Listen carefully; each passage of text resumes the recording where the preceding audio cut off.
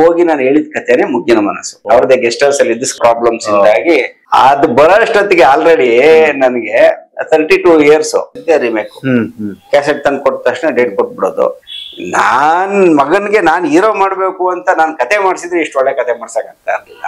ಮುಗ್ಗಿನ ಮನಸ್ಸು ಕತೆನ ಇಲ್ಲೂ ಬೇಕಾದಷ್ಟೇ ಕೇಳಿದ್ದೆ ನಾನು.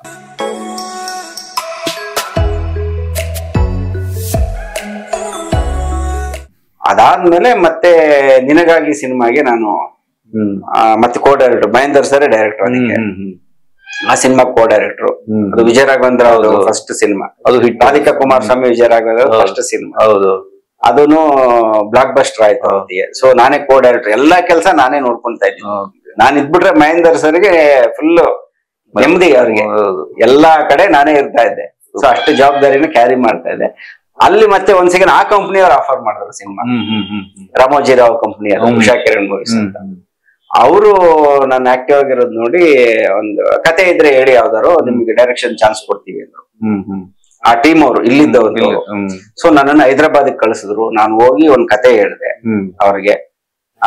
ಆವಾಗ ಹೋಗಿ ನಾನು ಹೇಳಿದ ಕತೆನೆ ಮುಗ್ಗಿನ ಮನಸ್ಸು. ಮುಗ್ಗಿನ ಮನಸ್ಸು 2001 ನಲ್ಲಿ ಇದು. ಬಟ್ ಫಸ್ಟ್ ಸಿಕ್ಸರ್ ಅದೇ ಯಾಕೆ ಅಂತ ಹೇಳ್ತೀನಿ. ಆ ಕತೆ ಹೇಳಿದೆ ಮುಗ್ಗಿನ ಮನಸ್ಸದು. ಅಲ್ಲಿ ಅವ್ರದೊಂದು ಟೀಮ್ ಎಲ್ಲ ಇತ್ತು. ಅವ್ರ ಕತೆ ಓಕೆ ಮಾಡ್ಬಿಟ್ರು. ಓಕೆ ಮಾಡಿ ಆ ಕತೆ ಚೆನ್ನಾಗಿದೆ, ಎಲ್ಲ ಸ್ಕ್ರೀನ್ ಪ್ಲೇ ರೆಡಿ ಮಾಡಿ ವಿಲ್ ಪ್ರೊಡ್ಯೂಸ್ ದಿಸ್ ಫಿಲ್ಮ್ ಅಂದ್ರು. ಸೊ ನಾವು ಫುಲ್ ಜೋಶು, ಅಣ್ಣ ಡೈರೆಕ್ಟರ್ ಆಗ್ಬಿಟ್ಟೆ ಅಂತೂ ಒಂದು ಸ್ಟ್ರೈಟ್ ಸಿನಿಮಾ ಮಾಡಕ್ಕೆ ಚಾನ್ಸ್ ಸಿಗ್ತಾ ಇದೆ ಅನ್ಬಿಟ್ಟು ಒಂದ್ 6 ತಿಂಗಳು ಹೈದರಾಬಾದ್ ಅಲ್ಲೇ ಇದ್ದೆ ನಾನು. ಅವ್ರದ್ದೇ ಗೆಸ್ಟ್ ಹೌಸ್ ಅಲ್ಲಿ ಇದ್ದು ಸ್ಕ್ರಿಪ್ಟ್ ಎಲ್ಲ ರೆಡಿ ಮಾಡಿದೆ. ರೆಡಿ ಮಾಡಿ ಆಮೇಲೆ ಈ ಬಜೆಟಿಂಗು ಅದು ಇದು ಈ ತರದೇನೋ ನಡೀತಾ ಇರ್ಬೇಕಾದ್ರೆ ಅಲ್ಲಿ ಏನೋ ಒಂದಷ್ಟು ಪ್ರಾಬ್ಲಮ್ ಕಂಪ್ನಿನಲ್ಲಿ ಇಂಟರ್ನಲ್ ಪ್ರಾಬ್ಲಮ್ಸ್ ಇಂದಾಗಿ ಅವರು ಪ್ರೊಡಕ್ಷನ್ ಸ್ಟಾಪ್ ಮಾಡ್ಬಿಟ್ರು. ಕರೆದು ಇಲ್ಲ ನಮ್ಗೆ ಈಗ ಸದ್ಯಕ್ಕೆ ನಾವು ಪ್ರೊಡಕ್ಷನ್ ಸ್ಟಾಪ್ ಮಾಡ್ತಾ ಇದೀವಿ, ಮಾಡ್ತಾ ಇಲ್ಲ ಅಂದ್ರೆ ಅವ್ರು ಬೇರೆ ಏನೋ ಇಂಟರ್ನಲ್ ಪ್ರಾಬ್ಲಮ್ಸ್ ಅಂದ್ರೆ ಎಲ್ಲ ಲ್ಯಾಂಗ್ವೇಜ್ ಅವರು ಎಲ್ಲಾ ಲ್ಯಾಂಗ್ವೇಜ್ ಅಲ್ಲಿ ಫಿಲಮ್ ಮಾಡ್ತಾ ಇದ್ರು. ಒಂದ್ 2 years ನಾವು ಪ್ರೊಡಕ್ಷನ್ ಮಾಡಲ್ಲ ಅಂತ ನಿಲ್ಸೇ ಬಿಟ್ರು ಎಲ್ಲ. ಏನ್ ಮಾಡಕ್ಕಾಗತ್ತೆ, ಅಡ್ವಾನ್ಸ್ ಕೊಟ್ಟಿದ್ರು, ಎಲ್ಲ ಸ್ಕ್ರಿಪ್ಟ್ ರೆಡಿ ಇದೆ, ಶೂಟಿಂಗ್ ಹೋಗಕ್ ರೆಡಿ ಸ್ಕ್ರಿಪ್ಟ್. ಆ ಟೈಮಲ್ಲಿ ಪ್ರಾಜೆಕ್ಟ್ ನಿಂತೋಯ್ತು. ಸೊ ಇದ್ರ ಮಧ್ಯದಲ್ಲಿ ಇನ್ನೊಂದು ಹೈಲೈಟ್ ಏನು ಅಂದ್ರೆ ನಾವ್ ಅದು ಬರೋಷ್ಟೊತ್ತಿಗೆ ಆಲ್ರೆಡಿ ನನಗೆ 32 years. ನಮ್ಮ ಮನೆಯಲ್ಲಿ ನಾನು ನಮ್ಮ ಒಬ್ನೇ ಮಗ, ಬೇರೆ ಅಂದ್ರೆ ನಮ್ ಚಿಕ್ಕಪ್ಪ ಚಿಕ್ಕಮ್ಮನಿಗೆ ಒಬ್ನೇ ಮಗ ಅಂತಲ್ವಾ. ನನಗೆ ಅಲ್ಲೇ ಒರಿಜಿನಲ್ ಅಣ್ಣ ತಂಗಿ ಎಲ್ಲ ಇದಾರೆ. ಬಟ್ ಇವ್ರಿಗೆ ನಾನೇ ಮಗ, ನಾನು ಒಬ್ನೇ ತರ ಲೆಕ್ಕ. ನಮ್ ತಂದೆ ಬೇರೆ ರಿಟೈರ್ಡ್ ಆಗಿದ್ರು ಅಷ್ಟೊತ್ತಿಗೆ. ರಿಟೈರ್ಡ್ ಆಗಿ ಬೆಂಗಳೂರಲ್ಲೇ ಬಂದಿದ್ರು. ಮದುವೆ ಆಗು ಅಂತ. ವಯಸ್ಸಾಗ್ತಾ ಇದೆ, ಮದುವೆ ಆಗಪ್ಪ ಅಂತ. 32 ವರ್ಷ ಆಗೋಯ್ತು. 10 ವರ್ಷ ಸ್ಪೆಂಡ್ ಮಾಡಿದ್ರಿ ನೀವು? ಇದೇ ತರ 10 ವರ್ಷ ಆಗೋಯ್ತು ಈ ಜರ್ನಿನೇ. ಅಂದ್ರೆ ಬಂದಿದ್ದ ಆಫರ್ಗಳೆಲ್ಲ ಬಿಟ್ಕೊಂಡು ಕೊನೆಗೆ ಇಲ್ಲಿ ಬಂದ್ರು ಅದು ದಕ್ಕಲಿಲ್ಲ. ಇದ್ರ ಮಧ್ಯದಲ್ಲಿ ಅದೇ ಹೇಳಿದ್ರು, ಅಡ್ವಾನ್ಸ್ ಕೊಟ್ರು. ಇವ್ರು ಕರೆದ್ಬಿಟ್ಟು ನನಗೆ ಅಡ್ವಾನ್ಸ್ ಕೊಟ್ಟು ಫಿಲ್ಮ್ ಎಲ್ಲ ನಾನ್ ಡೈರೆಕ್ಟ್ ಆಗ್ತೀನಿ ಫಿಕ್ಸ್ ಆದ ತಕ್ಷಣನೇ ನಮ್ಮಪ್ಪ ತಂದೆ ತಾಯಿ ಬೇರೆ ಪಾಪ ಇಷ್ಟು ಹೇಳ್ತಾ ಇದ್ರಲ್ಲ ಅಂದ್ಬಿಟ್ಟು ಸರಿ ಆಯ್ತು ಮದುವೆ ಆಗ್ತೀನಿ ಅಂದ್ಬಿಟ್ಟು ಹೋಗು ಒಂದ್ ಹುಡುಗಿನ ನೋಡ್ಬಿಟ್ಟು ಎಂಗೇಜ್ಮೆಂಟ್ ಬೇರೆ ಮಾಡ್ಕೊಂಡ್ ಬಂದ್ಬಿಟ್ಟಿದ್ದೆ. ಎಂಗೇಜ್ಮೆಂಟ್ ಆಯ್ತು, ಮದುವೆ ಈಗ ಅಡ್ವಾನ್ಸ್ ಕೊಟ್ಟಿದ್ದಕ್ಕೇನೆ ಸೆಟ್ಲ್ ಅಂತ ಡೈರೆಕ್ಟ್ ಆಗಿ ಆಗ್ತೀನಿ. ನನ್ಗೇನ್ ಗೊತ್ತಾ ಕಾನ್ಫಿಡೆನ್ಸ್ ಇದ್ದಿದ್ದು, ನನ್ಗ್ ಮುಂಚೆಯಿಂದನು ನಾನು ರಿಮೇಕ್ ಮಾಡಲ್ಲ ಅಂತ ಇದ್ದಿದ್ದು ಅಥವಾ ಯಾವ್ದಾದ್ರು ಫಿಲ್ಮ್ಸ್ ಬಂದ್ರು ನಾನ್ ಬಿಡ್ತಾ ಇದ್ದೆ. ಏನೋ ಕೆಲವು ಟರ್ಮ್ಸ್ ಅಂಡ್ ಈ ಬಜೆಟ್ ಆಗಲ್ಲ ಇದು ಏನಕ್ಕೆ ಅಂತಂದ್ರೆ ನನ್ ತುಂಬಾ ಅಂದ್ರೆ ನಾನು ಯಾವತ್ ಸಿನಿಮಾ ಮಾಡಿದ್ರು ಗೆಲ್ಲೋ ಸಿನಿಮಾ ಮಾಡ್ತೀನಿ, ನಾನು ಸಕ್ಸಸ್ಫುಲ್ ಡೈರೆಕ್ಟರ್ ಆಗೇ ಆಗ್ತೀನಿ ಅಂತ ಕಾನ್ಫಿಡೆನ್ಸ್. ಈ ಸ್ಕ್ರಿಪ್ಟ್ ಓಕೆ ಬೇರೆ ಆಗೋಯ್ತಲ್ಲ ರಾಮೋಜಿರಾವ್ ಅವ್ರ ಹತ್ರ. ಇನ್ನೇನು ಈ ಸ್ಕ್ರಿಪ್ಟ್ ಓಕೆ ಆಗೋಯ್ತು, ಅಡ್ವಾನ್ಸ್ ಕೊಟ್ರು, ಪಿಕ್ಚರ್ ಮಾಡೋದು ರಿಲೀಸ್ ಮಾಡೋದು ನಾನು ಇಟ್ಟಾಗೋದು ಇಷ್ಟೇ ಬ್ಯಾಲೆನ್ಸ್ ಇರೋದು ಅಂತ ಆಲ್ರೆಡಿ ಫಿಕ್ಸ್ ಅದು ಅಂತ ಫಿಕ್ಸ್ ಆಗಿದ್ದೀನಲ್ಲ. ಈ ಮದುವೆ ಹುಡುಗಿನ ನೋಡ್ಬಿಟ್ಟು ಅಂದ್ರೆ ಅಲ್ಲಿ ಮತ್ತೆ ಸಿನಿಮ್ಯಾಟಿಕ್ ಸಿನಿಮಾದವರು ಲೈಫ್ ಅನ್ನ ನಾವು ಹೆಂಗೆ ನಮ್ಮ ಸಿನಿಮಾನ ಲೈಫ್ ಒಳಗಡೆ ಹೆಂಗ್ ಬಿಟ್ಕೊಳ್ತೀವಿ ಅನ್ನೋದಕ್ಕೆ ನನ್ಗೇನಂದ್ರೆ ಬಿಗಿನಿಂಗ್ ಇಂದಾನು ಈ ಕೆರಿಯರ್ ಕಡೆನೆ ಫೋಕಸ್ ಅಲ್ವಾ, ಬೇರೆ ಎಲ್ಲೂ ಡಿಸ್ಟ್ರಾಕ್ಷನ್ ಅನ್ನೋದು ಇರ್ಲಿಲ್ಲ. ಬಟ್ ಒಳಗಡೆ ಬೀಂಗ್ ಒಬ್ಬ ಯೂತ್ ಆಗಿ ನನಗೂ ಯಾವ್ದಾದ್ರು ಒಂದು ಹುಡುಗಿನ ಲವ್ ಮಾಡಿ ಮದುವೆ ಆಗ್ಬೇಕು ಅಂತ ಆಸೆ. ಲವ್ ಸ್ಟೋರಿಗಳನ್ನ ಬರೆಯುವಂತಾರಲ್ಲ, ನಾವು ಲವ್ ಮಾಡಿ ಮದುವೆ ಆಗ್ಬೇಕು ಅಂತ ಆಸೆ. ಬಟ್ ನನ್ನ ಈ ಕೆಲ್ಸ ಅಂದ್ರೆ ಹಂಗಂತ ಫೋಕಸ್ ಬಿಡಕ್ ರೆಡಿ ಇರ್ಲಿಲ್ಲ. ಸೊ ಇದನ್ನ ಏನ್ ಮಾಡಿದ್ರೆ ಹೆಂಗು ಇದಾಯ್ತಲ್ಲ ಅಂತ ಅಲ್ಲೊಂದು ಐಡಿಯಾ, ಮತ್ತೆ ಅಲ್ಲೊಂದು ಸ್ಕ್ರಿಪ್ಟ್ ರೈಟರ್ ಐಡಿಯಾ, ಕೆಲಸ ಮಾಡೋಣ, ನಮ್ಮ ಅಪ್ಪ ಅಮ್ಮ ಮದುವೆ ಆಗುವಂತ ಇದಾರಲ್ಲ, ಹೋಗಿ ಎಂಗೇಜ್ಮೆಂಟ್ ಮಾಡ್ಕೊಂಡ್ಬಿಡೋಣ. ಹೆಂಗು ಇದಾದ್ಮೇಲೆ ನಾನು ಸಿನಿಮಾ ಶೂಟಿಂಗ್ ಮಾಡಿ ರಿಲೀಸ್ ಮಾಡಕ್ಕೆ ಒಂದ್ 6 ತಿಂಗಳು 8 ತಿಂಗಳು ಆಗುತ್ತೆ. ಅಲ್ಲಿವರೆಗೂ ಸ್ವಲ್ಪ ಈ ಹುಡುಗಿ ಜೊತೆ ಒಂದ್ ಲವ್, ಇಬ್ಬರಿಗೂ ಅಂಡರ್ಸ್ಟ್ಯಾಂಡಿಂಗ್ ಲವ್ ಸ್ಟೋರಿ ಒಂದ್ ಕ್ರಿಯೇಟ್ ಮಾಡ್ಕೊಳ್ಳೋಣ ಮದುವೆ ಮುಂಚೆ. ಆ ಐಡಿಯಾದಲ್ಲಿ ಹೋಗ್ಬಿಟ್ಟು ನಾನು ಎಂಗೇಜ್ಮೆಂಟ್ ಮಾಡ್ಕೊಂಡ್ಬಿಟ್ಟೆ. ನಮ್ ತಂದೆ ತಾಯಿ ತೋರ್ಸಿದ್ ಹುಡುಗಿನ ನೋಡಿ ನಾನು ನೋಡಿದೆ, ಅವಳಿಗೂ ಇಷ್ಟ ಆಯ್ತು. ನಾವು ನಮ್ ಜಾತಕ ಎಲ್ಲ ಓದಿದ್ವಿ, ನಮ್ ಲೈಫ್ ಹಿಂಗೆ ಅಂತ. ಅವಳು ಬಿದ್ಲು ಹಳ್ಳಕ್ಕೆ. ಸಿನಿಮಾದವರು ಡಿನೇ ಮಾಡಿಲ್ಲ. ಆಮೇಲೆ ಹ್ಯಾಂಡ್ಸಮ್ ಆಗಿದ್ನಲ್ಲ, ವಾಟ್ ಎವರ್ ಸೆಡ್, ಖರ್ಚಿಗೆ ದುಡ್ಡಿಲ್ಲ ಅಂದ್ರು ನೋಡಕ್ ಸುಂದರವಾಗಿದ್ನಲ್ಲ, ಹ್ಯಾಂಡ್ಸಮ್ ಆಗಿದ್ದೆ ಅಂದ್ಬಿಟ್ಟು ಅವ್ರ ಮನೆಯಲ್ಲ ಬೇಡ ಅಂದಿದ್ರು. ಅವ್ರಪ್ಪ ಎಲ್ಲ ಇವ್ನು ಯಾವನೇನೋ ಅಸಿಸ್ಟೆಂಟ್ ಡೈರೆಕ್ಟ್ರು, ಡೈರೆಕ್ಷನ್ ಹಂಗೆ ಹಿಂಗೆ ಅಂತಾನೆ, ಯಾವ ಡೈರೆಕ್ಷನ್ ಏನ್ ದುಡ್ಡು ಬರುತ್ತೆ ಅವ್ರಿಗೇನ್ ಗೊತ್ತೇ ಇಲ್ಲ ಸಿನಿಮಾ ಅಂದ್ರೆ. ಇವಳು ನಮ್ಮ ಭಾವಿ ಪತ್ನಿ, ಇಲ್ಲ ಅಲ್ಲ ನನಗೂ ಅವ್ರು ಹೇಳಿದ್ದೆಲ್ಲ ಇಷ್ಟ ಆಯ್ತು ಅಂತ. ಅದ್ರ ಒಳಗಡೆ ನೀವು ನಾವು ಮೊದ್ಲೇ ಗೊತ್ತಲ್ಲ ಸಿನಿಮಾದವರು ಬೇಜಾನ್ ರೈಲ್ ಹತ್ತಿಸ್ತಿದ್ವಲ್ಲ, ಅವಳಿಗೂ ಅದು ಹತ್ತಿಸ್ಬಿಟ್ಟಿದ್ದೆ. ಅವಳು ರೆಡಿ ಆಗಿರ್ಲಿ ಮದುವೆ ಆಗಕ್ಕೆ. ಸರಿ ಅಂತ ಎಂಗೇಜ್ಮೆಂಟ್ ಮಾಡ್ಕೊಂಡು, ನೋಡಮ್ಮ ಫಸ್ಟ್ ಈ ಪಿಕ್ಚರ್ ಶೂಟಿಂಗ್ ಮುಗಿಸ್ಕೊಂಡ್ ಬಂದ್ಬಿಡ್ತೀನಿ ಎಲ್ಲ. ಅವಳಿಗೆ ನೀವು ಭಯಾನಕ ಅಂದ್ರೆ, ಮೈ ವೈಫ್ ಅವಳು ಅರಸೀಕೆರೆ, ಅವಳು ನನ್ನ ಹೆಂಡತಿ. ಅವಳು ಒಂದು ಸ್ಮಾಲ್ ಟೌನ್ ಗರ್ಲ್, ಹೊರಗಡೆ ಜಗತ್ತಿಗೆ ತುಂಬಾ ಎಕ್ಸ್ಪೋಸ್ ಆಗಿದ್ದಂತ ಹುಡುಗಿ ಅಲ್ಲ. ಅವಳು ಒಂದು MA ಎಲ್ಲ ಮಾಡಿದ್ಲು, BA ಮಾಡಿದ್ಲು ಅವಾಗಿನ್ನು. ಸೊ ಅವಳಿಗೆ ಫಸ್ಟ್ ನೋಡು ನಾನು ಡೈರೆಕ್ಟ್ ಕಥೆ ಬರ್ದಿದ್ದೀನಿ ಅನ್ಬಿಟ್ಟು ಫುಲ್ ಸ್ಕ್ರಿಪ್ಟ್ ಕೊಟ್ಟಿದ್ದೆ ಅವಳಿಗೆ. ಹೋಗಿ ನಮ್ದೆಲ್ಲ ಮಾತುಕತೆ ಎಲ್ಲ ಆದ್ಮೇಲೆ ಓದ್ಬಿಟ್ಟು ಅವಳು ಗಾಬರಿ ಆಗ್ಬಿಟ್ಟು, ಈ ಹುಡುಗಿರು ಹಿಂಗೆಲ್ಲ ಇರ್ತಾರ ಅಂತ. ಅವಳಿಗೆ ಆತರ ಕ್ಯಾರೆಕ್ಟರ್ಗಳೆಲ್ಲ ನೋಡೇ ಇಲ್ಲ ಲೈಫಲ್ಲಿ. ಹುಡುಗರಿಂದ ಹೋಗಿ ಲವ್ ಮಾಡೋದಂತ, ಲಿವಿಂಗ್ ಟುಗೆದರ್ ರಿಲೇಶನ್ಶಿಪ್, ಆಮೇಲೆ ಬಿಫೋರ್ ಮ್ಯಾರೇಜ್ ಸೆಕ್ಸ್, ಈ ತರದೆಲ್ಲ ಅದ್ರಲ್ಲಿ ಇತ್ತಲ್ವಾ. ಆಮೇಲೆ ಹುಡುಗಿರೆಲ್ಲ ಏನ್ರಿ ಹುಡುಗಿರೆಲ್ಲ ಹಿಂಗೆಲ್ಲ ಇರ್ತಾರ ಅಂತ ಅವಳು. ಶುಭ ಪೂಜೆ ಕ್ಯಾರೆಕ್ಟರ್ ನೋಡಿನಾ, ಎಲ್ಲದ ಕ್ಯಾರೆಕ್ಟರ್ನು ಎಲ್ಲಾರು ಬೋಲ್ಡ್ ಕ್ಯಾರೆಕ್ಟರ್ಗಳಲ್ಲ ಆ ಕಥೆನಲ್ಲಿ. ಅಯ್ಯೋ ಬೆಂಗಳೂರು ಹುಡುಗಿರು ಹಿಂಗ ಅಂತ ಅವಳು. ಅವ್ಳ ಪಾಪ ಅರಸೀಕೆರೆ ಸ್ಮಾಲ್ ಟೌನ್ ಹುಡುಗಿ ಅಲ್ಲ, ಬೆಂಗಳೂರಲ್ಲೆಲ್ಲ ಇದಾರಮ್ಮ, ನಿನಗೆ ಗೊತ್ತಿಲ್ಲ ಅಂತ. ಎಲ್ಲರೂ ಹಿಂಗೆ ಇರ್ತಾರೆ ಅಂತಲ್ಲ ಇಮ್ಯಾಜಿನೇಷನ್ ಕತೆ ಬರ್ದಿದೀನಿ. ನಿಮ್ಗೆ ಗೊತ್ತಾಯ್ತು ಹುಡುಗಿರ್ ಬಗ್ಗೆ ಎಷ್ಟೊಂದು ವಿಚಾರ ಅಂತ? ಅಲ್ಲಿ ಬೇರೆ ಡೌಟು. ನೀವ್ ಹಂಗಾರೆ ಬೇಜಾನ್ ಜನ ಹುಡುಗಿರ್ ಜೊತೆ ಓಡಾಡಿರ್ಬೇಕಲ್ಲ, ಇಲ್ಲ ನಿಮ್ಗೆ ಹೆಂಗ್ರಿ ಗೊತ್ತಾಗುತ್ತೆ ಇದೆಲ್ಲ ಅಂತ. ಅಲ್ಲ ಓಡಾಡಿದೀನಮ್ಮ, ಕರೆಕ್ಟ್. ಓಡಾಡಿ ನನಗೂ ಕಾಲೇಜಲ್ಲಿ ಫ್ರೆಂಡ್ಸ್ ಇದ್ರು, ಬೆಂಗಳೂರಿಗೆ ಬಂದ್ಮೇಲೂ ತುಂಬಾ ಜನ ಫ್ರೆಂಡ್ಸ್ ಇದ್ರು, ನೋಡಿದೀನಿ. ಡೈರೆಕ್ಟ್ರು ಎಲ್ಲೋದ್ರು ನಾವು ಬೇರೆ ಲೆನ್ಸ್ ಅಲ್ಲಿ ಪ್ರಪಂಚ ನೋಡ್ತಾ ಇರ್ತೀವಿ, ಈ ತರದ ಕ್ಯಾರೆಕ್ಟರ್ಗಳು ನಮಗೆ ಸಿಗುತ್ತೆ ಅಂತ. ಓಕೆ ಚೆನ್ನಾಗಿದೆ, ಇಷ್ಟೆಲ್ಲ ಆಗಿ ಎಂಗೇಜ್ಮೆಂಟ್ ಮಾಡ್ಕೊಂಡ್ ಬಂದ್ಮೇಲೆ ಈ ಪ್ರಾಜೆಕ್ಟ್ ಡ್ರಾಪ್ ಆಯ್ತು, ನಿಲ್ಸ್ಬಿಟ್ರು. Bad news. ಹಂಗಂತ ನಾವು ಮದುವೆ ನಿಲ್ಸಕ್ಕಾಗಲ್ಲ. ಆಮೇಲೆ ಸರಿ ಹೋಗಿ ನಮ್ಮ ಅಪ್ಪನಿಗೆ ಹೇಳ್ದೆ, ಹಿಂಗಾಗೋಯ್ತು, ಹಂಗೆ ಏನ್ ಮಾಡೋದು. ಸರಿ ಇನ್ನೇನ್ ಮಾಡೋದು. ಅಲ್ಲ ಸರ್, 6 ತಿಂಗಳಲ್ಲಿ ನಿಮ್ಮ ಲವ್ ಸ್ಟೋರಿ ಏನೆಲ್ಲ ಆಯ್ತು? ಏನ್ ನಮ್ದು ತುಂಬಾ ಫಾರ್ಮಲ್ ಲವ್ ಸ್ಟೋರಿ, ತುಂಬಾ ಎಕ್ಸೈಟಿಂಗ್ ಲವ್ ಸ್ಟೋರಿ ಅಲ್ಲ. ಒಂದು ಏನ್ ಅವಳಿದ್ದಿದ್ದ ಅರಸೀಕೆರೆ, ನಾನು ಇದ್ದಿದ್ದು ಬೆಂಗಳೂರಲ್ಲಿ. ಅವಾಗ ಫೋನ್ ಹಾಕ್ಸ್ಕೊಂಡಿದ್ದೆ, ಲ್ಯಾಂಡ್ ಲೈನ್ಗಳು ಅವಾಗೆಲ್ಲ ಇತ್ತಲ್ಲ, ಲ್ಯಾಂಡ್ ಲೈನ್ ಫೋನಲ್ಲಿ ಮಾತಾಡ್ತಾ ಇದ್ವಿ. ಟೈಮ್ ಸಿಕ್ಕಿದಾಗ ಟ್ರೈನ್ ಹತ್ಕೊಂಡು ಅರಸೀಕೆರೆಗೆ ಹೋಗ್ತಾ ಇದ್ದೆ. ಅಲ್ಲಿ ಒಂದಿನ ಅಲ್ಲಿ ಸ್ವಲ್ಪ ಅವತ್ತಿಗೆ ಸ್ವಲ್ಪ ನಾವು ಅರಸೀಕೆರೆನಲ್ಲಿ ಸ್ವಲ್ಪ ಇದು ಏನೋ ಸೆನ್ಸೇಷನಲ್ ಕಪಲ್ಸ್ ನಾವು. ನಾನು ನಮ್ಮ ಮಾವನ ಮನೆಗೆ ಹೋಗ್ಬಿಟ್ಟು ಅಫಿಷಿಯಲ್ ಆಗಿ ಅವ್ರ ಪರ್ಮಿಷನ್ ತಗೊಂಡು ಇವಳನ್ನ ಆಚೆ ಕರ್ಕೊಂಡು ಹೋಗ್ತಾ ಇದ್ದೆ. ಆಚೆ ಕರ್ಕೊಂಡೋಗಿ ಅಲ್ಲಿ ಅವ್ರ ಅಣ್ಣನ ಫ್ರೆಂಡ್ದು, ಅಣ್ಣನ ಫ್ರೆಂಡ್ದು ಒಂದು ಬೈಕ್ ಇಸ್ಕೊಂಡ್ಬಿಟ್ಟು ಬೈಕಲ್ಲಿ ಸುತ್ತೋದು ನಾವು ಅಲ್ಲಿ ಬ್ರಿಟಿಷ್ ಹೋಗಿ. ಅಲ್ಲಿ ಅಲ್ಲಿ ಅವರಲ್ಲಿ ನಮ್ಮ ಮಾವನ್ ಫ್ರೆಂಡ್ಸ್ ಎಲ್ಲ, ಅಯ್ಯೋ ಏನೇ ಅವನು ಮದುವೆನೇ ಆಗಿಲ್ಲ ಬಂದ್ಬಿಟ್ಟೆಲ್ಲ ಓಡಾಡ್ತಾವನೆ ಅಂತ. ಇವ್ರು ಈಗ ಅವ್ರು ನನ್ನ ಹತ್ರ ಬಂದು ಹೇಳಕ್ಕಾಗಲ್ಲ, ಮಗಳ ಹತ್ರ ಹೇಳಿದ್ರೆ ಮಗಳೇ ಮಾತು ಕೇಳ್ತಾ ಇಲ್ಲ, ಅವಳು ನನ್ನಿಂದ ಹೇಳ್ಬಿಟ್ಟವಳಲ್ಲ.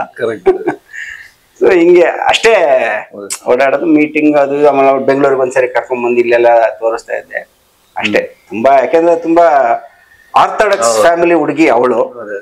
ನಾನು ಸ್ವಲ್ಪ ಆರ್ಥೋಡಕ್ಸ್ ಆಗಿ ಇದ್ದಂತವ್ನು, ತುಂಬಾ ಬೋಲ್ಡ್ ಆಗಿ ಎಲ್ಲ ಆತರ. ಯಾಕೆಂದ್ರೆ ಕೆರಿಯರ್ ಕಡೆ ಕಾನ್ಸಂಟ್ರೇಷನ್ ಇದ್ರಿಂದ ತುಂಬಾ ಜೆನ್ಯೂನ್ ಲವ್ ಸ್ಟೋರಿ ಅಷ್ಟೇ ಅದು. ಆಮೇಲೆ ಡ್ರಾಪ್ ಆದ್ಮೇಲೆ ಇನ್ನು ಮದ್ವೆ ಆದೆ ಹೋಗಿ. ನಮ್ಮ ಅಪ್ಪಂಗೆ ಹೇಳಿದೆ, ಅವರು ರಿಟೈರ್ಡ್ ಆದ್ಮೇಲೆ ಒಂದಷ್ಟು ದುಡ್ಡೆಲ್ಲ ಇಟ್ಕೊಂಡಿದ್ರು. ಆ ದುಡ್ಡಲ್ಲಿ ಅವ್ರು ಮದುವೆ ಮಾಡಿದ್ರು ನಮ್ಗೆ. ಇನ್ನೇನ್ ಮಾಡಕ್ಕಾಗತ್ತೆ. ಇನ್ನ ನೆಕ್ಸ್ಟ್ ಮಾಡ್ತೀನಿ ಅಂತ ನಾನು. ಅದು ಅವ್ರ ದುಡ್ಡಲ್ಲಿ ನಾವು ಮದುವೆ ಆಗಿದ್ದು, ನಮ್ಮ ಅಪ್ಪನ ದುಡ್ಡಲ್ಲಿ ಮದುವೆ ಆಗಿದ್ದು. ಮದುವೆ ಆಗಿ ಎಲ್ಲ ಆದ್ಮೇಲೆ ಮತ್ತೆ ಈ ಪ್ರಯತ್ನ ಮುಂದುವರಿತಾನೆ ಇತ್ತು. ಬೇರೆ ಯಾರಿಗಾರು ಅವತ್ತಿಗೆ ದೊಡ್ಡ ದೊಡ್ಡ ಪ್ರೊಡಕ್ಷನ್ ಹೌಸ್ ಅಂತ ಅವತ್ತಿಗೆ ಯಾವ್ದಾವ್ದಿತ್ತು ಅಂದ್ರೆ 2003-4 ಅಲ್ಲಿ ಅವ್ರೆಲ್ಲರಿಗೂ ಹೋಗಿ ಕತೆ ಹೇಳಿದ್ದೀನಿ ನಾನು. ಬಟ್ ಎಲ್ರದ್ದು ಅವತ್ತಿಗೆ ಮತ್ತೆ ಅದೇ ಇದು ರಿಮೇಕು, ಸಿಂಬಾ ರಿಮೇಕ್ ಅವಳಿ ರಿಮೇಕ್ ಮಾಡಿ ಅನ್ನೋರು ನನಗೆ ಇಷ್ಟ ಇರಲಿಲ್ಲ. ನಾವು ಒರಿಜಿನಲ್ ಕತೆ ಹೇಳಿದ್ರೆ ಕೇಳ್ತಾ ಇರ್ಲಿಲ್ಲ. ಹಿಂಗೆ ಅವ್ರವ್ರದೇ ಸಮಸ್ಯೆಗಳು, ಯಾರ್ದು ತಪ್ಪು ಅಂತ ಹೇಳಕ್ಕಾಗಲ್ಲ. ಅಂದ್ರೆ ರಿಮೇಕ್ ಅಂದ್ರೆ ಸೇಫ್ ಅಂತನಾ, ಅವ್ರ ಸೇಫ್ ಆಗ್ತೀವಿ ಅಂತ, ಸೇಫ್ ಅಂತ ಗ್ಯಾರಂಟಿ ಆಲ್ರೆಡಿ ಪ್ರೂವ್ ಆಗಿರೋ ಸಬ್ಜೆಕ್ಟ್ ಅಂತ ಅವ್ರ ಆಲೋಚನೆ, ಪ್ರೊಡ್ಯೂಸರ್ಗಳ ಆಲೋಚನೆ. ನಮ್ಗೆ ನಮ್ದೇ ಆಲೋಚನೆ, ನಮ್ ಸ್ವಂತಿಕೆ ಏನಿರಲ್ವಲ್ಲ ಅಂತ. ಆಮೇಲೆ ಅವತ್ತಿಗೆ ಹೀರೋಗಳು ಹಂಗೆ ಇದ್ರು.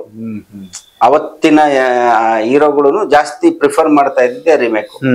ಕ್ಯಾಸೆಟ್ ತಂದು ಕೊಟ್ಟ ತಕ್ಷಣ ಡೇಟ್ ಕೊಟ್ಬಿಡೋದು ಅಂದ್ರೆ ಅವ್ರದ್ದು ಅದೇ ಸೇಫ್ಟಿ, ಸೇಫು ಅಂತ. ಇವ್ನ ಏನೋ ಕತೆ ಮಾಡಿ ಯಾರೋ ಡೈರೆಕ್ಟರ್ಗಳು ಏನ್ ಕೇಳಿಸ್ಕೊಡ್ತಾರೋ ಅಂತ, ಅಂದ್ರೆ ಯಾರ್ದು ತಪ್ಪು ಅಂತಲ್ಲ, ಅವ್ರವ್ರಿಗೆ ಅವ್ರವ್ರದೇ ಆದ ಒಂದು ಇದು ಸೇಫ್ಟಿ ಮೆಷರ್ ಅಲ್ಲಿ ನೋಡ್ತಾ ಇದ್ರೆ ಅವ್ರಿಗೊಂದು ರೆಫರೆನ್ಸ್ ಇರುತ್ತಲ್ಲ, ನೋಡಿ ಮಾಡಿ ಗ್ಯಾರಂಟಿ ಇಟ್ ಪಿಕ್ಚರ್ ನಾವು ಇಟ್ಟು ಹೊಡಿಬಹುದು, ದುಡ್ಡು ಮಾಡ್ಬೋದು, ಹೆಸರು ಮಾಡ್ಬೋದು ಅನ್ನೋ ನಮ್ಗೆ ಸ್ಟ್ರೈಟ್ ಮಾಡ್ಬೇಕು ಅಂತ. ಹಿಂಗೆ ಆಗ್ಲೇ ಇಲ್ಲ, ಏನೇನೋ ಪ್ರಯತ್ನ ಪಟ್ಟು ಮತ್ತೆ ಒಂದ್ 2 ವರ್ಷ ಆದ್ಮೇಲೆ 2004 ಅಲ್ಲಿ ಮದುವೆ ಆಗಿದ್ ನಾನು. ನೆಕ್ಸ್ಟ್ 5ಗೆ ಅಗೇನ್ ಅದೇ ರಾಮೋಜಿರಾವ್ ಕಂಪ್ನಿಯಿಂದ ಮತ್ತೆ ಕಾಲ್ ಬಂತು. ನಾವು ಓಪನ್ ಮಾಡ್ತಾ ಇದೀವಿ ಪ್ರೊಡಕ್ಷನ್, ಬನ್ನಿ ಅಂತ. ಹಬ್ಬ ಸಿಕ್ತಲ್ಲ ಗುರು ಅಂತ ಎದ್ದು ಬಿದ್ದು ಓಡ್ದೆ ಹೈದ್ರಾಬಾದಿಗೆ. ಅಲ್ಲೋದ್ರೆ ಒಂದ್ ಬ್ರೇಕಿಂಗ್ ನ್ಯೂಸ್ ಕೊಟ್ರು ಅವರು, ಮತ್ತೆ ಹೊಸ ಬ್ರೇಕಿಂಗ್ ನ್ಯೂಸ್. ಏನು ಅಂದ್ರೆ ಅವತ್ತು ನೀವ್ ಹೇಳಿದ್ರಲ್ಲ ಆ ಕತೆ ಬೇಡ, ಯಾಕೆಂದ್ರೆ ಅದು ಸ್ವಲ್ಪ ಬಜೆಟ್ ತುಂಬಾ ಜಾಸ್ತಿ. ಅದು ಅವತ್ತಿಗೆ ತುಂಬಾ ಬಜೆಟ್ ಜಾಸ್ತಿ ಡಿಮ್ಯಾಂಡ್ ಮಾಡ್ತಾ ಇತ್ತು ಮಗ್ಗಿನ ಮನ್ಸಿಗೆ, ತುಂಬಾ ಬಜೆಟ್ ಜಾಸ್ತಿ ಆಗ್ತಾ ಇದೆ. ಅದು ನಾವು ಒಂದು ಕತೆ ಓಕೆ ಮಾಡಿದೀವಿ ಇಲ್ಲಿ, ಒಬ್ಬ ತೆಲುಗು ರೈಟರ್ ಕತೆ ನಮ್ಗ್ ತುಂಬಾ ಇಷ್ಟ ಆಗಿದೆ, ನಿಮ್ಗೂ ಇಷ್ಟ ಆಗ್ಬಿಟ್ರೆ ಕೇಳಿ ಒಂದ್ಸರಿ, ನಿಮ್ಗೂ ಓಕೆ ಚೆನ್ನಾಗಿದೆ ಕನ್ನಡದಲ್ಲಿ ಇದು ಮಾಡ್ಬೋದು ಅಂದ್ರೆ ಅದನ್ನ ಮಾಡೋಣ ಕನ್ನಡದಲ್ಲಿ ಅಂದ್ರು. ನಾನು ಓಕೆ ಸರ್ ಅಂದೆ. ಹೆಂಗೋ ಡೈರೆಕ್ಟರ್ ಆದ್ರೆ ಸಾಕು, ಆಮೇಲೆ ಸ್ಟ್ರೈಟ್ ಪಿಕ್ಚರ್ ಆಗ್ಬೇಕು ನನ್ಗೆ ಅಷ್ಟೇ, ರಿಮೇಕ್ ಇಷ್ಟ ಇಲ್ಲ. ಓಕೆ ಯಾರು ಬೇರೆಯವ್ರ ಕತೆ ಆದ್ರೆ ಪರವಾಗಿಲ್ಲ ಓಕೆ ಅಂತ ಅಂದ್ಬಿಟ್ಟು ಕತೆ ಹೇಳ್ಸೋರು ಕರ್ಕೊಂಡು ಒಬ್ಬ ರೈಟ್ ಹತ್ರ ಕತೆ ಹೇಳಿದ್ರು. ಕೇಳಿ ಫುಲ್ ತಲೆ ಗರ್ರ ಅಂತ ತಿರುಗ್ಬಿಡ್ತು ನನಗೆ. ಅಂದ್ರೆ ಕತೆ ತುಂಬಾ ಚೆನ್ನಾಗಿತ್ತು, ಲೈನ್ ತುಂಬಾ ಚೆನ್ನಾಗಿದೆ. ಕ್ಲೈಮ್ಯಾಕ್ಸ್ ನನಗೆ ಡೈಜೆಸ್ಟ್ ಆಗ್ತಾ ಇಲ್ಲ. ಕ್ಲೈಮ್ಯಾಕ್ಸ್ ಅಲ್ಲಿ ಚಿರಂಜೀವಿ ಬಂದ್ಬಿಡ್ತಾರೆ ಅಂತ, ಚಿರಂಜೀವಿ ಬಂದ್ಬಿಟ್ಟು ಇಬ್ರು ಲವರ್ಸ್ ನ ಸೇವ್ ಮಾಡೋದು ಅಥವಾ ಏನೋ ಮಾಡಿದ್ರು ಅವರು. ಅಷ್ಟೋ ಅಂದ್ರೆ ಅವ್ರು ತೆಲುಗುಗೇನೋ ತೆಲುಗು ಕನ್ನಡ ಎರಡು ಸೈಮಲ್ಟೇನಿಯಸ್ ಮಾಡ್ಬೇಕು ಅಂತ. ತೆಲುಗಲ್ಲಿ ಒಬ್ರು ಡೈರೆಕ್ಟ್ರು, ಕನ್ನಡದಲ್ಲಿ ನಾನು ಅಂತ. ನನಗೆ ತಲೆ ತಿರುಗ್ದಂಗ ಆಗೋಯ್ತು. ಏನು ಹಿಂಗಿದೆ ಈ ತರ ಕ್ಲೈಮ್ಯಾಕ್ಸ್ ಯಾವ ನೋಡ್ತಾನೆ ಗುರು ಇದನ್ನೆಲ್ಲ ಅಂತ ನಾನು. ಅದು ಕಮರ್ಷಿಯಲ್ ಪ್ಯಾಟರ್ನ್. ನನಗೆ ಏನ್ ಮಾಡೋದು ಗೊತ್ತಾಗಿಲ್ಲ. ಒಂದ್ ದಿವಸ ಟೈಮ್ ಕೊಡಿ ಸರ್ ಅಂತ.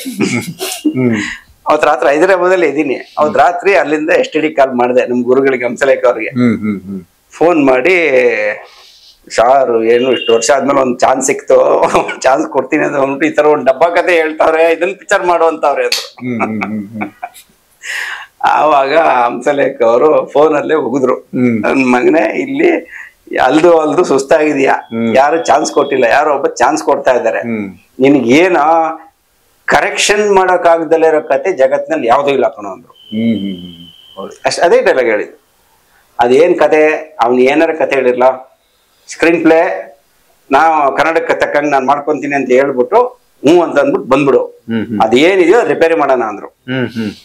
ಕರೆಕ್ಟ್ ಅಲ್ಲ ಇವರು, ಇದು ನಮ್ ಗುರುಗಳು ಹೇಳಿದ್ದು ಅಂದ್ಬಿಟ್ಟು ಸರಿ ಅಂತ ನೆಕ್ಸ್ಟ್ ಡೇನೆ ಬೆಳಿಗ್ಗೆನೆ ಆ ಟೀಮ್ಗೆ ಹೋಗಿ, ಸರ್ ಇದು ಕತೆ ಚೆನ್ನಾಗಿದೆ ಬಟ್ ಈ ಕ್ಲೈಮ್ಯಾಕ್ಸು ಸೆಕೆಂಡ್ ಹಾಫ್ ಎಲ್ಲ ಸ್ವಲ್ಪ ಕನ್ನಡಕ್ಕೆ ವರ್ಕೌಟ್ ಆಗಲ್ಲ. ಅವ್ರ ಕತೆ ಚೆನ್ನಾಗಿಲ್ಲ ಅಂತ ಹೇಳಂಗಿಲ್ಲ, ಅವ್ರು ಓಕೆ ಮಾಡ್ಕೊಂಡ್ಬಿಟ್ಟಾರಲ್ಲ, ಕನ್ನಡಕ್ಕೆ ವರ್ಕೌಟ್ ಆಗಲ್ಲ ಸರ್ ಇದು ಸ್ವಲ್ಪ ಚೇಂಜಸ್ ಎಲ್ಲ ಮಾಡಬೇಕು, ಸ್ಕ್ರೀನ್ ಪ್ಲೇ ಚೇಂಜ್ ಮಾಡಬೇಕು, ಕ್ಲೈಮ್ಯಾಕ್ಸ್ ಎಲ್ಲ ಚೇಂಜ್ ಮಾಡ್ಬೇಕು, ಅದೆಲ್ಲ ಮಾಡ್ಕೊಳಕ್ಕೆ ನೀವು ನನಗೆ ಪರ್ಮಿಷನ್ ಕೊಟ್ರೆ ನಾನು ಮಾಡ್ತೀನಿ ಪಿಕ್ಚರ್ ಒಂದೇ.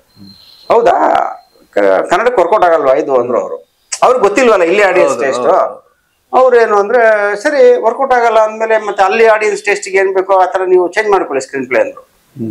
ಹಬ್ಬ ಸದ್ಯ ಬಚಾವಾದೆ ಅಂದ್ಬಿಟ್ಟು ಹಂಗ ಒಪ್ಕೊಂಡ್ಬಿಟ್ಟು ಬಂದಿದ್ದು. ಅದೇ ಸಿಕ್ಸರ್ ಸಿನಿಮಾ, ಸಿಕ್ಸರ್ ಕತೆ ಅದೇ ಪ್ರಜ್ವಲ್ಗೂ ಮೊದಲು ಅದನ್ನ ಆಮೇಲೆ ಇಲ್ಲಿ ನಾವು ಕೂತ್ಕೊಂಡು ಸ್ಕ್ರೀನ್ ಪ್ಲೇ ಮಾಡಿ ಕ್ಲೈಮ್ಯಾಕ್ಸ್ ಎಲ್ಲ ಬೇರೆ ಮಾಡಿ ಚೇಂಜ್ ಮಾಡಿ ಅವ್ರಿಗೂ ಒಪ್ಸಿ, ಆ ಕಂಪ್ನಿ ಅವ್ರಿಗೂ ಒಪ್ಸಿ, ಅವರು ಎಷ್ಟು ಇನ್ಫ್ಲೂಯೆನ್ಸ್ ಆದ್ರು ಇದರಿಂದ ಅಂದ್ರೆ ತೆಲುಗುನಲ್ಲೂ ಬಿಟ್ಟೇ ಬಿಟ್ರು ಆ ಐಡಿಯಾನ.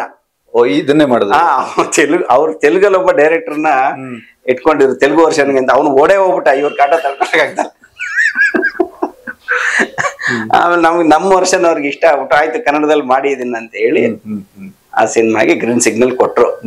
ಒಂದು ಲಿಮಿಟ್ ಬಜೆಟ್ ಗಿಜೆಟ್ ಎಲ್ಲ ಹಾಕಿಸ್ಬಿಟ್ಟು ಆಮೇಲೆ ಅದೇ ಹೀರೋ ನೆಕ್ಸ್ಟ್ ಬಂದಿದ್ದೆ, ಯಾರನ್ನ ಹೀರೋ ಮಾಡೋದು, ಹೊಸಬ್ರನ್ನ ಹಾಕೋಬೇಕು. ಅವ್ರ ಕಂಡೀಷನ್ ಹೊಸಬ್ರನ್ನ ಹಾಕಿ ಅಂತ. ಯಾರನ್ನಾರು ಹೊಸಬ್ರನ್ನ ಹಾಕ್ಬಿಟ್ಟು ಫಿಲಮ್ ಮಾಡಿ ನಿಮ್ಗೂ ಚಾನ್ಸ್ ಕೊಡ್ತಾ ಇದ್ರು, ಆ ಥರ ಹೊಸ ಹೀರೋಗೆ ಯಾರಿಗಾರು ಕೊಡಿ ಅಂತ. ಹಂಗೆ ನಾನು ಹುಡುಕುವಾಗ ನನ್ನ ಕಣ್ಣಿಗೆ ಬಿದ್ದಿದ್ದು ಪ್ರಜ್ವಲ್. ಯಾರು ನನಗೆ ದೇವರಾಜ್ ಅವ್ರ ಮಗ ಇದನ್ನ ನೋಡಿ ಚೆನ್ನಾಗಿದ್ದಾನೆ. ನಾನು ದೇವರಾಜ್ ಅವ್ರನ್ನ ಪರಿಚಯನೇ ಇರಲಿಲ್ಲ ನನಗೆ, ನಾನು ಯಾವ ಫಿಲ್ಮಲ್ಲಿ ಕೆಲಸ ಮಾಡಿರ್ಲಿಲ್ಲ. ಸರಿ, ಆಮೇಲೆ ಅದೇ ಈ ಕಂಪ್ನಿ ಹೆಸರು ಹೇಳ್ಕೊಂಡು ನಾವು ಹೋಗಿ ದೇವರಾಜ್ ಅವ್ರ ಮನೆಗೆ ಹೋಗಿ ಅಪ್ರೋಚ್ ಮಾಡಿದ್ವಿ ಅವ್ರಿಗೆ. ನಿಮ್ಮ ಮಗ ಹುಡುಗ ಇದನ್ನ ಅವ್ನು ಕರೆದು ತೋರ್ಸಿದ್ರು ಪ್ರಜ್ವಲ್ನ. ಅವಾಗ ಅವನಿಗೆ ಜಸ್ಟ್ 18 years ಅವನಿಗೆ. ಅವ್ನು ನೋಡಿದ್ರೆ ನನ್ಗೆ ಸಖತ್ ಇಷ್ಟ ಆಗ್ಬಿಟ್ಟ ನೋಡಿದ ತಕ್ಷಣನೇ. ಅವ್ರ ಮನೆಗೆ ಹೋದಾಗ್ಲೇ ಫಸ್ಟ್ ನೋಡಿದ್, ಯಾರೋ ಹೇಳಿದ್ರು ಅಂತ ಅವ್ರ ಮನೆಗೆ ಹೋಗಿದ್ ನಾನು. ಚೆನ್ನಾಗಿದ್ದಾನ ಅವ್ರ ಮಗ ಅಂತ, ಸಖತ್ತಾಗಿದ್ದಾನ ಹುಡುಗ, ಕರೆಕ್ಟ್ ಆಗಿದ್ದಾನೆ ನಮ್ ಕತೆಗೆ ಅಂದ್ಬಿಟ್ಟು ಅವ್ರಿಗೆ ಹಿಂಗ್ ಹೇಳಿದ್ವಿ. ಈ ತರ ಅಂದ್ರೆ ಫಸ್ಟ್ ದೇವರಾಜರ್ ಆಗಲ್ಲ ಅಂದ್ಬಿಟ್ರು. ಇಲ್ಲ ಶಶಾಂಕ್, ಅವ್ನಿಗೆ ಜಸ್ಟ್ 18 years, ಅವ್ನಿಗೆ ಎಜುಕೇಶನ್ ಮುಗಿಸಿಲ್ಲ ಇನ್ನು, ಇಷ್ಟು ಬೇಗ ಅವನ್ನ ಹೀರೋ ಮಾಡ್ಬಿಟ್ರೆ ಆಗಲ್ಲ, ನೆಕ್ಸ್ಟ್ ಟೈಮ್ ನೋಡೋಣ ಅಂದ್ರು. ಸರಿ, ಇನ್ನೇನ್ ಮಾಡಕ್ಕಾಗತ್ತೆ, ವಾಪಸ್ ಬಂದ್ಬಿಟ್ವಿ ನಾವು. ಬಂದು ಇಲ್ಲಿ ಹುಡುಕ್ತಾ ಇದೀವಿ, ಯಾವ ಹೀರೋನು ನಮ್ಗೆ ಸೆಟೇ ಆಗ್ತಾ ಇಲ್ಲ. ಇಷ್ಟು ಈಸಿಯಾಗಿ ಸಿಕ್ತಾ. ಅವಾಗ ಆರ್ಟಿಸ್ಟ್ಗಳಿಗೂ ಕೊರತೆ ಇತ್ತು, ತುಂಬಾ ಬರ್ತಾ ಇರ್ಲಿಲ್ಲ ಸಿನಿಮಾಗೆ ಜನ. ಸರಿ, ಏನ್ ಮಾಡೋದು ಅಂತ ನಾವು ತಲೆ ಕಟ್ಸಿ ಯಾವ್ದು ಓಕೆ ಆಗ್ತಾ ಇಲ್ಲ. ಇದ್ರ ಮಧ್ಯದಲ್ಲಿ ಡೈಲಾಗ್ಸ್ ಬರೆಯೋ ಕೆಲಸ ಬೇರೆ ಇತ್ತು. ಡೈಲಾಗ್ಸ್ ಎಲ್ಲ ಬರ್ದಿಲ್ಲ, ಡೈಲಾಗ್ ವರ್ಷನ್ ಕಂಪ್ಲೀಟ್ ಮಾಡಿದ್ವಿ ಎಲ್ಲ. ಆದ್ಮೇಲೆ ಒಂದ್ ದಿವಸ ನನಗೆ ಯಾಕೋ ಆ ಹುಡುಗ ಅವ್ನ ತಲೆಯಿಂದ ಹೋಗ್ತಾ ಇಲ್ಲ ನನಗೆ ಪ್ರಜ್ವಲ್. ಸಖತ್ತಾಗಿದೆ ನಾ ಹುಡುಗ, ಇದು ಕರೆಕ್ಟ್ ಆಗಿ ಸೂಟ್ ಆಗ್ತಾನೆ. ಈ ದೇವರಾಜ್ ಅವರು ಯಾಕೋ ಹೋಗ್ತಾ ಇಲ್ವಲ್ಲ.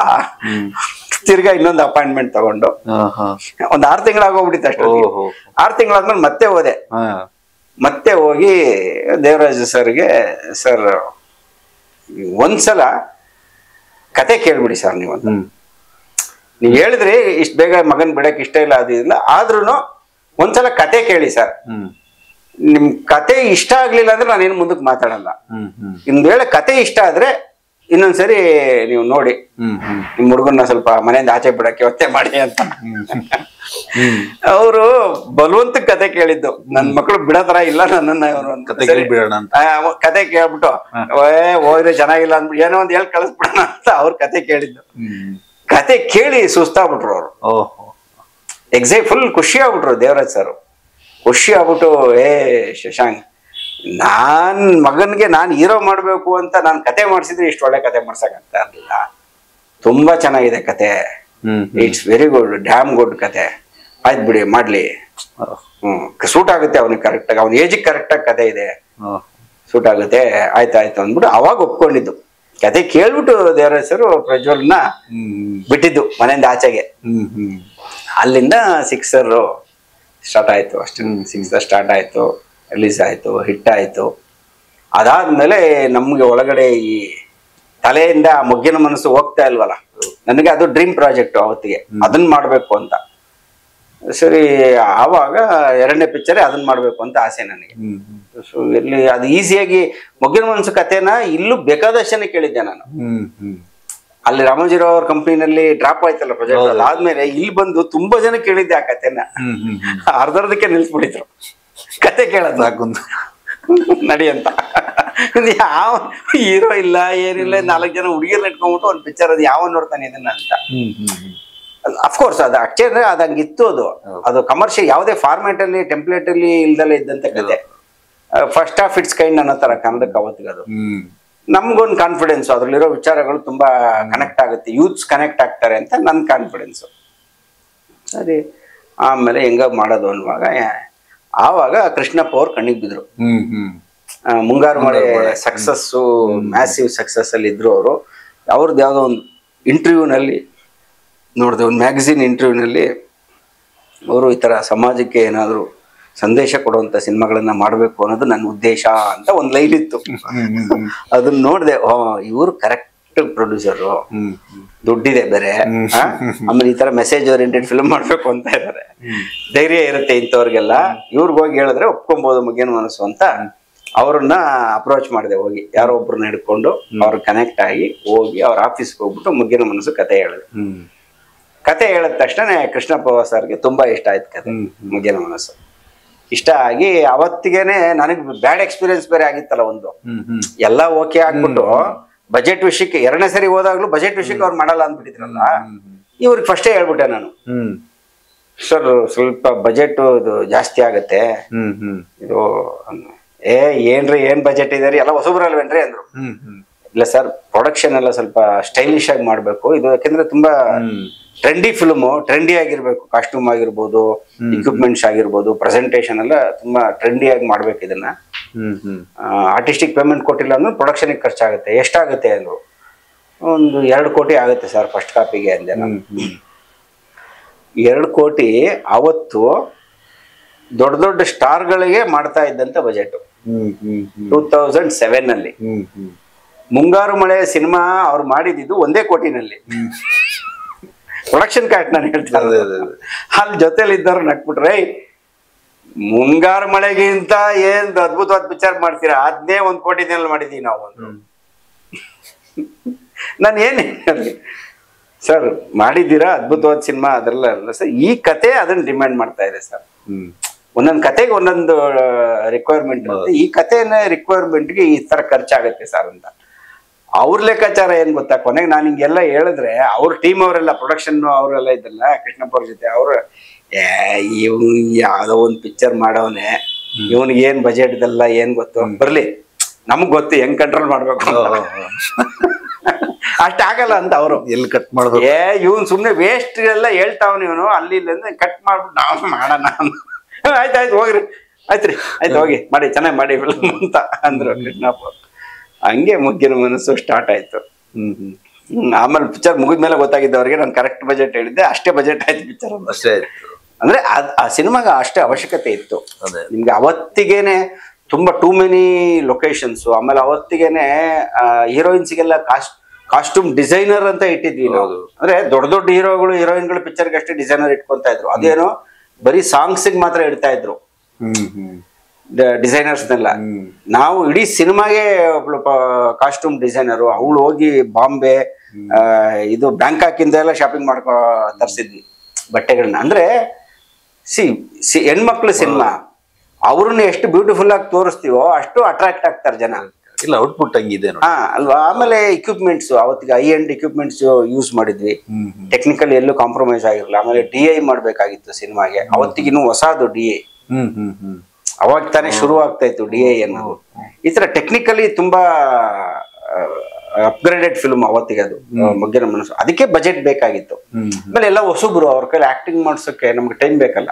ಹೌದೌದು. ಸೊ ನಂಬರ್ ಆಫ್ ಡೇಸ್ ಜಾಸ್ತಿ ಆಗುತ್ತೆ, ಇದೆಲ್ಲ ಗೊತ್ತಿತ್ತು ನನಗೆ. Correct correct. ಅದೆಲ್ಲ ಲೆಕ್ಕ ಹಾಕಿ ನಾನು ಹೇಳಿದ್ದೆ.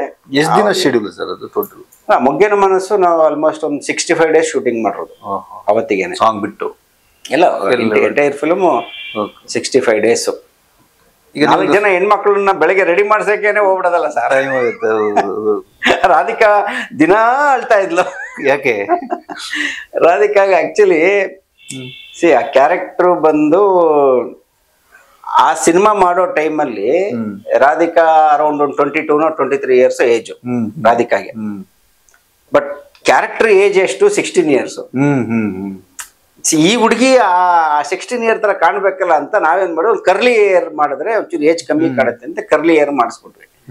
ಈ ಫೋಟೋ ಶೂಟು ಟೆಸ್ಟ್ ಶೂಟ್ ಎಲ್ಲ ಮಾಡುವಾಗ ಕರ್ಲಿ ಎಲ್ಲ ಮಾಡಿದ್ರು, ತೆಗೆದ್ವಿ, ಎಲ್ಲ ಫೋಟೋ ಶೂಟ್ ಮಾಡಿ ಓಕೆ ಅನ್ಕೊಂಡ್ಬಿಟ್ಟು ದಿನ ಮಾಡ್ಬೇಕಲ್ಲ ಅದನ್ನ.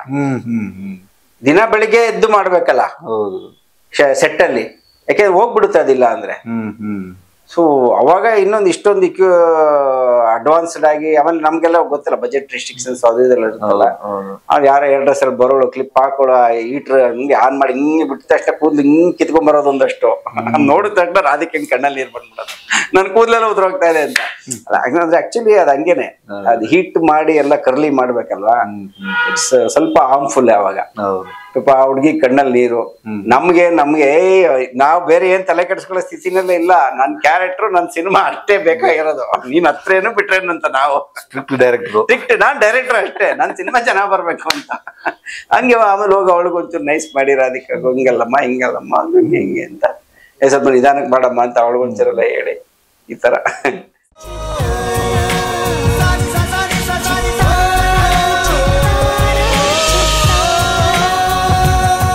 ಕನ್ನಡಿಗರ ಮನೆ ಮಾತಾಗಿರುವ ಸಿನಿ ಪತ್ರಿಕೆ ಚಿತ್ತಾರ, ಕರ್ನಾಟಕದ number 1 readers choice entertainment magazine.